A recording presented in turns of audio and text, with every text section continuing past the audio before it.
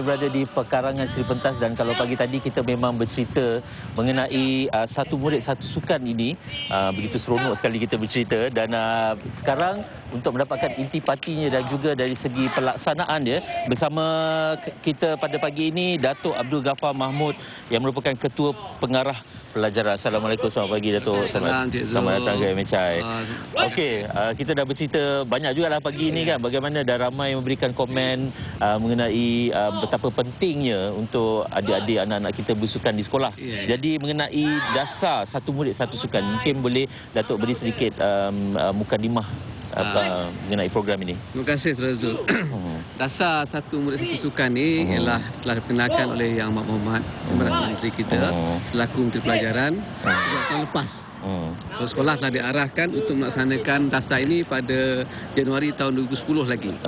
So intipati kepada dasar ini ialah tentang wajibkan setiap pelajar sekolah yang sihat untuk bergerak aktif dalam satu sukan sekurang-kurangnya. Sekurang-kurangnya. Kalau lebih tak apa. Kemudiannya dasar ini sebenarnya menyokong dua dasar. Pertamanya falsafah pendidikan negara, yang mana falsafah pendidikan negara menghendaki kita menghasilkan insan seimbang yang seimbang dari segi jasmani, emosi, rohani dan intelek.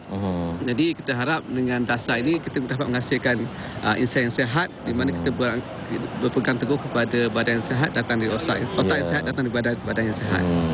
Yang keduanya ialah kita juga mendasari dasar sukan negara, iaitu sukan negara kita menghendaki sukan untuk semua dan sukan kecemerlangan.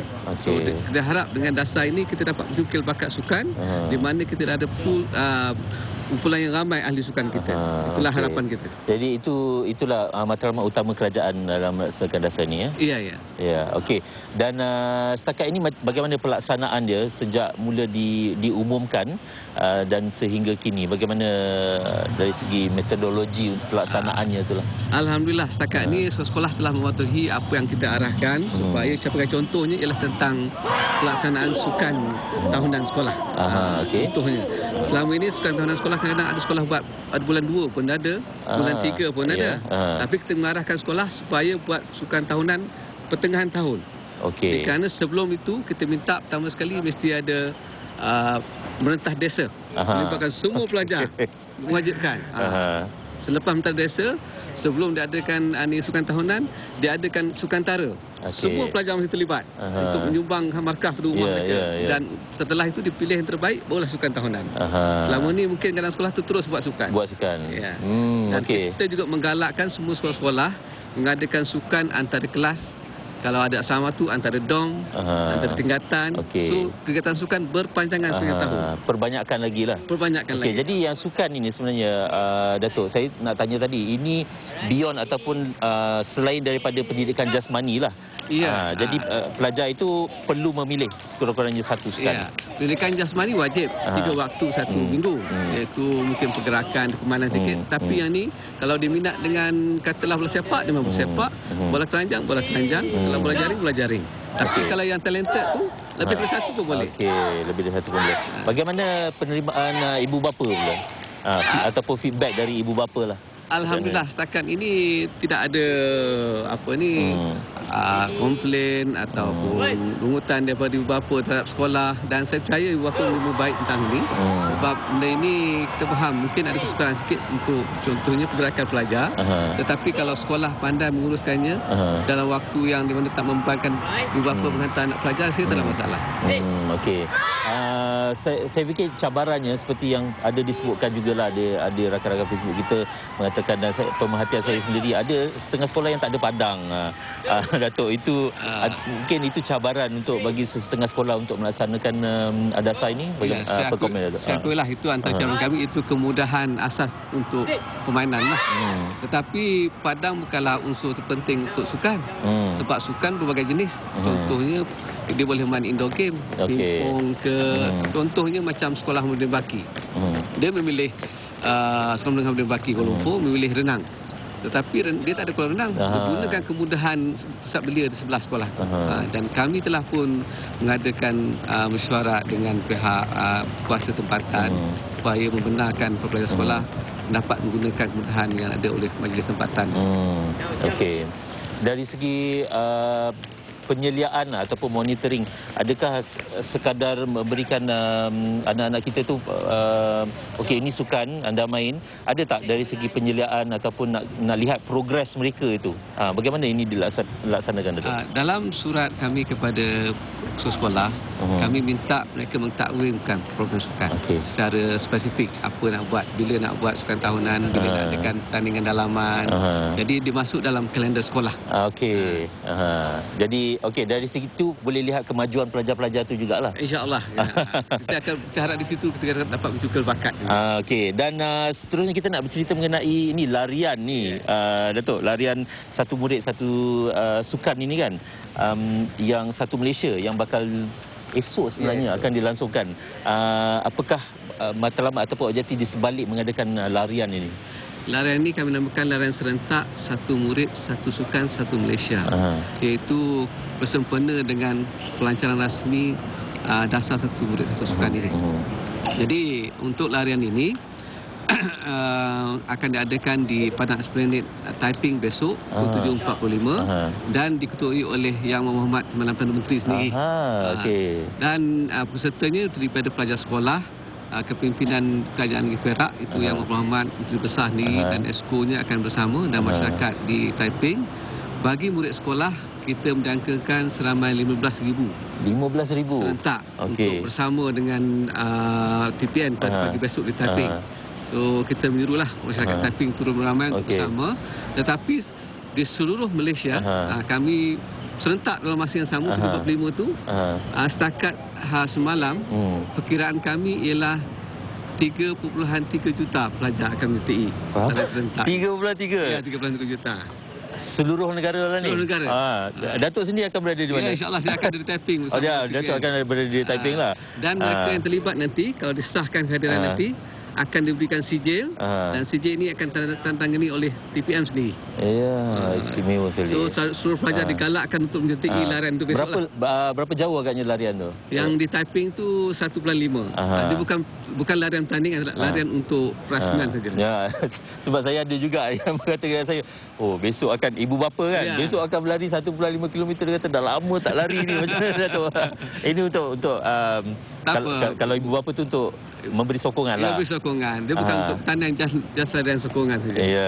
Okey, kita nak ucapkan selamat maju jaya, all the best itu ucapkan kepada Datuk dan juga semua yang akan berlari esok, lebih dari 3 juta itu yang dijangkakan ya. InsyaAllah. Dan insyaAllah juga dari segi pelaksanaan satu murid satu sukan ni kita ucapkan semoga berjaya lah, dan adik-adik dan anak-anak kita ni sentiasa cergas bila berada di sekolah, Datuk. InsyaAllah. Okey, terima kasih diucapkan kepada Datuk Abdul Ghaffar Mahmud yang merupakan Ketua Pengarah Pelajaran, bercerita mengenai dasar satu murid satu sukan dan juga larian serentak esok seluruh negara di Taiping 15,000 bersama Yang Muhammad Timbalan Perdana Menteri. Seluruh negara lebih dari 3 juta akan turut serta. Satu rekod akan tercipta esok. Terima kasih ucapkan kepada Datuk. Kita berehat sebentar, tapi selepas ini kita akan lihat lagi adik-adik ini bersama AB pula. Terus bersama kami dalam Malaysia hari ini.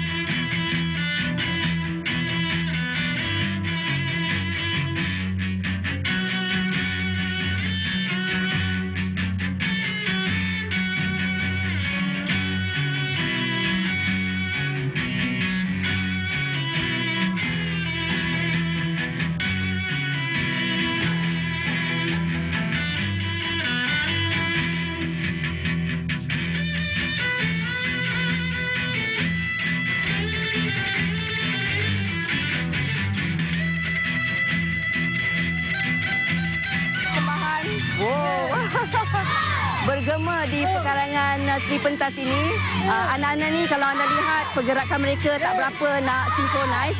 Itu adalah kerana mereka berlatih hanya 1 bulan sahaja. Ya, baiklah, kita nak tampilkan Puan Nurlihawati Hajidan, iaitu merupakan pengurus projek SELF. Ya, kita nak bercakap mengenai program Satu Malaysia Healthy Kids ataupun ringkasnya SELF, ya.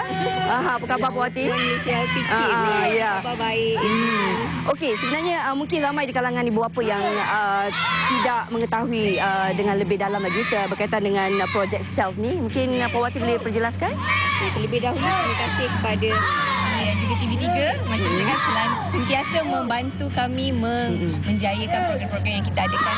Program One Malaysia Healthy Kids diadakan oleh The SELF Organisation AB dengan kerjasama Lembaga Promosi Kesihatan Malaysia di bawah Kementerian Kesihatan Malaysia dan juga bantuan Kementerian Pelajaran Malaysia.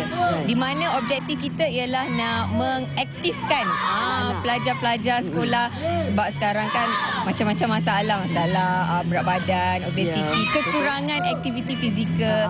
Jadi kita membantu mempelbagaikan aktiviti-aktiviti untuk pelajar-pelajar yang mana kita nak tekankan disiplin daripada peringkat umur yang paling muda supaya boleh dijadikan dia punya bekalan.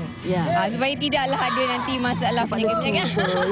Ya, betul. Dia bersemangat dari kecil lagi. Dan saya difahamkan ianya terbuka untuk kanak-kanak berusia seawal 6 tahun. Ya, betul. Program One Malaysia Healthy Kids terbuka untuk semua kanak-kanak lelaki dan perempuan dari umur 6 hingga ke 11 tahun. Jadi kalau dilihat belakang ni campuran daripada pelajar-pelajar sekolah rendah di Shah Alam dan juga campuran umur dari peringkat 6 memang hingga ke 11 tahun. Jadi berbagai peringkat umur yang kita nampak di sini. Okey, selain daripada apa yang kita nampak ni, apa lagi aktiviti-aktiviti yang dilakukan? Saya difahamkan ada aktiviti melibatkan fizikal, ada aktiviti melibatkan air dan juga pembangunan karakter. Ya, betul. Di mana program One Malaysia Healthy Kids, kita pelbagaikan aktiviti tu seperti aktiviti fizikal. Dia ada macam-macam aktiviti. Dia ada belajar self-defense, ada belajar macam mana nak bersukan, macam mana nak bersenam. Ada juga aktiviti yang related dengan air. Kadang-kadang suka air kan. Kita pun kecil-kecil dulu suka air kan. Jadi kita bagi dia peluang untuk bermain air dengan cara yang betul. Dan adalah basic untuk dia belajar berenang supaya dia juga boleh melindungi diri dia di masa-masa genting. Dan juga kita buat macam aktiviti team building. Mereka ni disatukan bersama. Kita buat macam-macam. Ada quiz. Ada macam-macam lah lagi yang kita buat. Jadi dalam masa 3 bulan tu kita dapatkan mereka untuk menjadi seorang yang faham tentang kesihatan, faham tentang disiplin. Yang kami nak terapkan lebih sebenarnya disiplin. Dengan adanya disiplin, apa-apa pun diorang boleh berjaya dalam hidup mereka. Jadi inilah hasil disiplin yang kita tekankan dalam masa 1 bulan. Mereka baru saja berlatih 1 bulan kan? Ya, betul Ebi. Jadi kita pun berbangga dan banyak sebenarnya kebolehan anak-anak kecil ni yang terpendam. Jadi kita sebagai ibu bapa ni kadang-kadang bagilah peluang pada anak-anak. Belajar juga. Cuma jangan ditekankan belajar tanpa buat aktiviti fizikal. Dan selalunya kalau kita tengok ya, anak-anak yang berjaya dalam bidang sukan adalah anak-anak yang berjaya juga dalam akademik. Ya, betul. Selalunya begitu ya. Saya rasa macam AB cerita tadi kan, bersukan daripada dulu kan. Lepas berjaya sampai sekarang. Tak menang tak apa. Yang penting anda libatkan diri dalam bidang sukan ya. Okey. Dan kepada macam mana agaknya kalau di kalangan ibu bapa yang nak mendaftarkan anak mereka mengikuti rancangan atau program ni? Mereka boleh berhubung dengan kami di The SELF Organisation.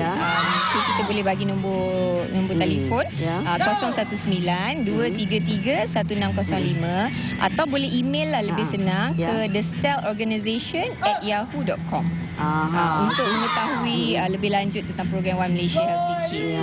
Okey, dan kalau ada di kalangan pihak sekolah yang berminat pun boleh turut serta dan mungkin boleh wawarkan kepada para pelajar yang berminat lah untuk menyertai aktiviti yang sangat sihat ini. Ini antara yang kecil.